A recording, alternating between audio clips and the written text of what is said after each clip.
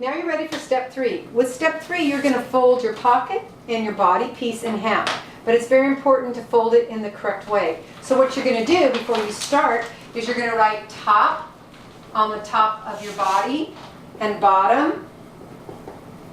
And then you're also going to do the same thing with your pocket. You're going to write a top and a bottom.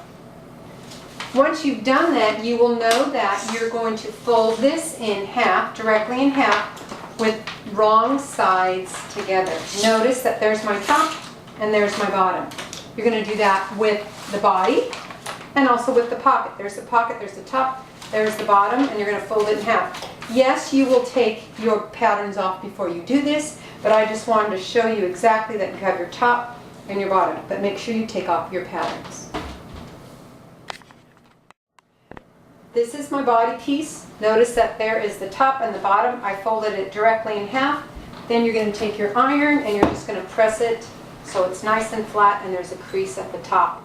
You're going to do that with your pocket piece also. You're going to fold it directly in half with the top and the bottom, and you're going to press it in place. Done. With the step 4, you're going to pin your ribbon onto the folded edge of your pocket. See, this is the raw edge. You do not want to do it on the raw edge.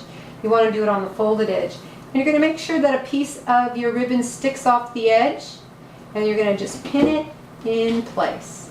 We're not going to sew it on the sewing machine today. We're just pinning it in place. You're going to do it all the way across the top. Notice that on both ends I have a piece of ribbon sticking off.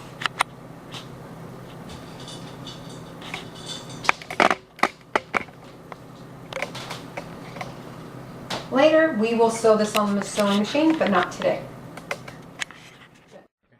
Okay, we're going to finish step 3, and that's to cut out your batting. It is half the size of your body. So you can use the folded piece of body, but to be very careful, you could just fold your pattern in half and pin it down and cut all the way around it. Remember, it's only half of the size of the body. So once you put your pins in, you could carefully cut all the way around it.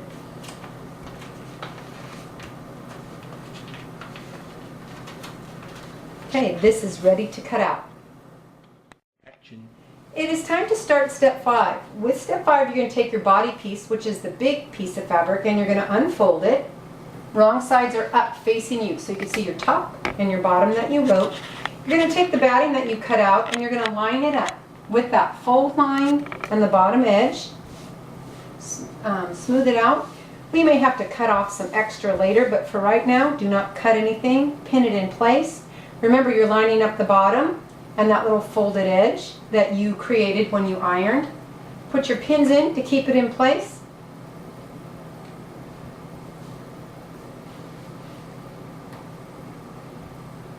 The more pins you use, the better it'll hold it in place and the less mishaps.